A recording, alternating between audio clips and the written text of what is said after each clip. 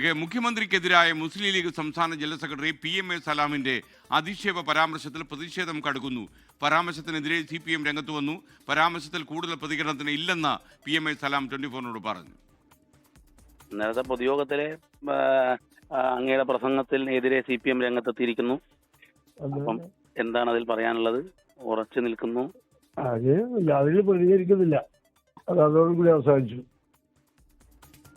കോഴിക്കോട് നിന്ന് ദീപക് തർപ്പടം നമുക്കിപ്പം ചേരുന്നു. ദീപകെ, ഈ വാവിട്ട വാക്ക് എന്ന് പറയുന്ന ഗണത്തിൽപ്പെടുത്താവുന്ന വാക്കാണോ PMA സലാമിന്റെ?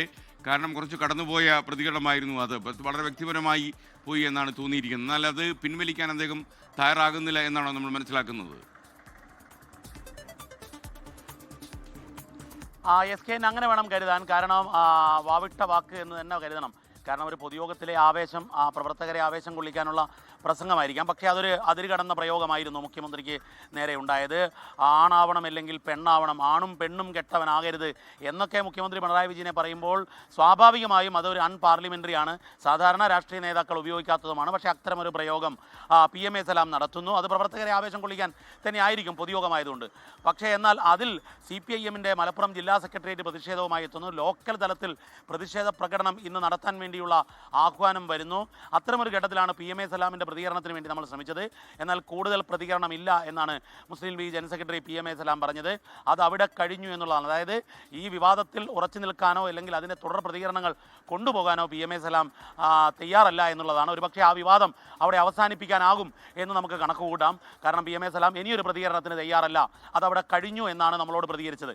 മറ്റൊരു പ്രധാനപ്പെട്ട കാര്യം, SKN ഇന്ന് CPM-ൻ്റെ സംസ്ഥാന നേതൃത്വം ഈ വിഷയത്തിൽ പ്രതികരിക്കാനിരിക്കെ ആണ് ഇത്തരത്തിലുള്ള ഒരു ഒഴിഞ്ഞുമാറ്റം അല്ലെങ്കിൽ അതിൽ ഉറച്ചു നിൽക്കുന്നില്ല എന്ന് തോന്നുമാറുള്ള പ്രതികരണം, കൂടുതൽ പ്രതികരണം വേണ്ടെന്ന PMA സലാമിൻ്റെ നിലപാട് വന്നിരിക്കുന്നത്.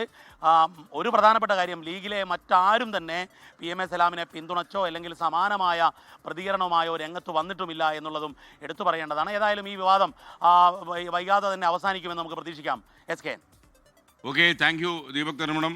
ലോകത്തെവിടെയായാലും ഏത് സമയത്തും 24 വാർത്തകളും ഓഗ്മെന്റഡ് റിയാലിറ്റി പാക്കേജുകളും എക്സ്പ്ലെയിനറുകളും വിശദമായി കാണാൻ ഞങ്ങളുടെ YouTube ചാനൽ നിങ്ങൾക്ക് സബ്സ്ക്രൈബ് ചെയ്യാം.